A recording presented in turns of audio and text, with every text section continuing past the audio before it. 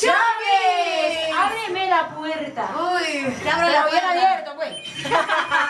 Si no te abre la puerta, ni modo, te entra por la ventana. Al fin y al cabo, ¿por dónde? ¿Por el techo? Bueno, en todo caso mejor me regreso a mi casa y más tranquilo descanso, pues.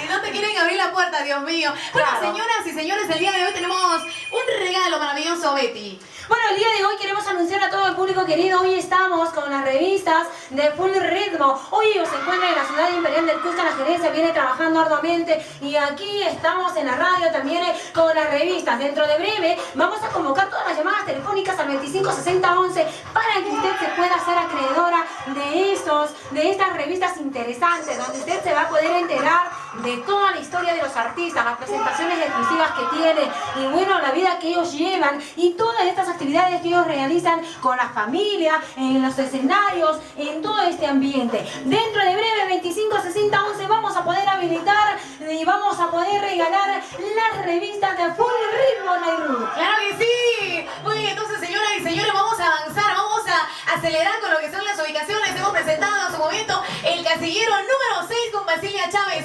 ¡Ábreme la puerta! Ahora presentamos el casillero número 5. Tenemos por aquí este casillero maravilloso. Estoy media tortuga hoy día. ¿Qué pasó? ¿Qué pasó? Presenta el gigante número 5. Debe ser por la fotografía que nos están tomando. El flash te está afectando. Muy bien, tenemos ya el casillero número 5. Aquí está la nueva taquillera Yanet Flores y esta hermosa canción Vete de aquí. ¿Cómo dice la canción? Vete de aquí, ya no vuelvas, ¿ah? Claro, vete de aquí, que yo no te conozco, ya fuiste, pasaste la historia. Ella es una gran representante convenciana. Villamira, arriba la gente de la Tu paisana, convención. tu paisana. Claro. Ahí está, saludito para todos los amigos de la convención. Quillabamba. Quiero saludar a Ramiro a propósito.